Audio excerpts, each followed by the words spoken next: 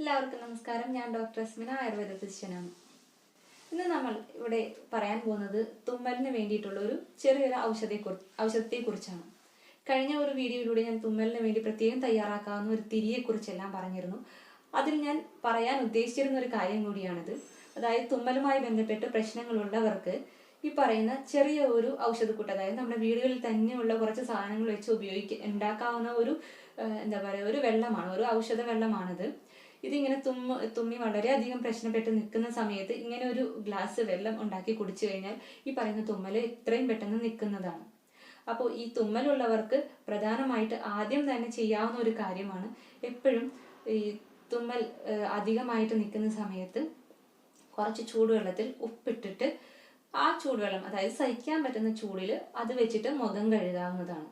ഇതൊരു 2-3 പ്രാവശ്യം രാവിലെ തന്നെ ചെയ്യാവുന്നതാണ്. ഇത് സ്വാഭാവികമായിട്ടും രാവിലെയാണ് കൂടുതൽ ആളുകളിലും തുമ്മലുമായി ബന്ധപ്പെട്ടുള്ള പ്രശ്നങ്ങൾ കൂടുതലായിട്ട് കണ്ടിരിക്കുന്നത്. അതുകൊണ്ട് തന്നെ ആ സമയത്ത് ഇങ്ങനെ ഒന്ന് ചെയ്യാവുന്നതാണ്.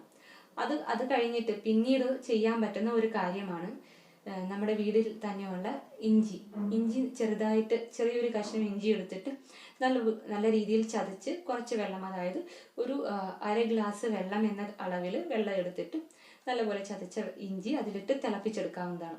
അങ്ങനെ തിളച്ചതിന് ശേഷം തിളച്ചതിന് ശേഷം ഒരു 5 മിനിറ്റോളം അല്ലെങ്കിൽ 10 മിനിറ്റോളം അത് സിം ചെയ്തിട്ടിട്ട് നല്ല രീതിയിൽ ആ ഇഞ്ചിയുടെ സത്തിളകി വരാനുള്ള സമയം നമ്മൾ കൊടുക്കുക. അതിനുശേഷം ഈ വെള്ളം നമ്മൾ അരിച്ചെടുത്ത് അതിലേക്ക് 1 സ്പൂൺ നാരങ്ങാനീരും 1/2 ടീസ്പൂൺ പറയുന്ന മഞ്ഞൾപ്പൊടിയും ചേർത്ത് നല്ലപോലെ മിക്സ് ചെയ്തിട്ട് അത് ചൂടാറിയതിനു ശേഷം അല്ലെങ്കിൽ ചെറു ചൂടോടെ, നമുക്ക് കുടിക്കാൻ പാകത്തിന് ചൂടോടെ അത് കഴിക്കാവുന്നതാണ്. ഇത് തുമ്മലിന് വളരെയധികം ഫലപ്രദമായിട്ടുള്ളൊരു ഔഷധമാണ്. തുമ്മൽ എന്ന് പറയുമ്പോൾ അത് ശരിക്കും ഒരു അലർജിക് റിയാക്ഷനാണ്. ഈ അലർജി എന്ന് പറയുന്നത് ശരിക്കും പറഞ്ഞാൽ നമ്മുടെ ശരീരത്തിലുണ്ടാകുന്ന അമിതമായിട്ടുള്ള ഭക്ഷണത്തിന് നല്ല രീതിയിലുള്ള ഡൈജഷൻ നടക്കാത്തത് മൂലമാണ് ഈ പറയുന്ന പ്രശ്നം കൂടുതലായും കണ്ടുവരുന്നത്. കാര്യം പൊടിയും മറ്റു സാധനങ്ങളൊക്കെയാണ് നമ്മൾ ഈ അലർജിക്ക് കാരണമായിട്ട് പറയുന്നതെങ്കിലും നമ്മുടെ ശരീരത്തിനുള്ളിൽ ഈ പൊടിയെയും മറ്റു സാധനങ്ങളെയും എല്ലാം തന്നെ ഒരു നമുക്ക് അലർജന്റ് ആയിട്ട് മാറ്റുന്നത് നമ്മുടെ ശരീരത്തിന്റെ ദഹന വ്യവസ്ഥ തന്നെയാണ്. അപ്പോൾ ഈ ദഹന വ്യവസ്ഥയെ നല്ല രീതിയിൽ പ്രവർത്തിപ്പിക്കാൻ പറ്റുന്ന ഒരു ഡ്രിങ്ക് ആണ് ഞാനിപ്പോൾ ഈ പറഞ്ഞത്. ഇതോടൊപ്പം തന്നെ പറയാവുന്ന മറ്റൊരു ഔഷധക്കൂട്ടാണ് നമ്മൾ ഈ പറയുന്ന ചെറുനാരങ്ങ നീര് 1 ടീസ്പൂൺ, അതോടൊപ്പം തന്നെ അതേ അളവിൽ തന്നെ തേനും ചേർക്കാവുന്നതാണ്. ഇത് രണ്ടും കൂടെ മിക്സ് ചെയ്തിട്ട് നമുക്ക് ഈ പറയുന്ന പോലെ കഴിക്കാവുന്നതാണ്. ഇതും തുമ്മലിനെതിരെ വളരെ ഫലപ്രദമായിട്ട് കണ്ടിട്ടുണ്ട്. ഈ പറഞ്ഞ 2 ഔഷധങ്ങളും കഴിക്കുമ്പോൾ ഉള്ള ഒരു പ്രധാനമായി ശ്രദ്ധിക്കേണ്ട ഒരു കാര്യം എന്തെന്ന് വെച്ചാൽ, നമ്മൾ ഒരിക്കലും ഇത് രാവിലെ എഴുന്നേറ്റ് വന്ന ഉടനെ തന്നെ ഇതെടുത്ത് കഴിക്കാൻ പാടില്ല. കാരണം നമ്മുടെ വയറ് കാലിയായിരിക്കുന്ന ഒരവസ്ഥയിൽ ഒരിക്കലും ഈ പറയുന്ന ഇഞ്ചി എന്ന് പറയുന്നതും അതേപോലെ തന്നെ നാരങ്ങാ നീര് എല്ലാം തന്നെ ഒരു അസിഡിക് നേച്ചർ ഉള്ളതാണ്. അത് നമ്മുടെ വെറും വയറ്റിലേക്ക് ചെല്ലുമ്പോൾ വളരെയധികം പ്രശ്നമുണ്ടാക്കും. അതുകൊണ്ട് ഈ പറയുന്ന മരുന്നുകളൊന്നും തന്നെ സ്ഥിരമായ ഉപയോഗത്തിനുള്ളതല്ല. അതേപോലെ തന്നെ വെറും വയറ്റിൽ കഴിക്കാനും പാടില്ല.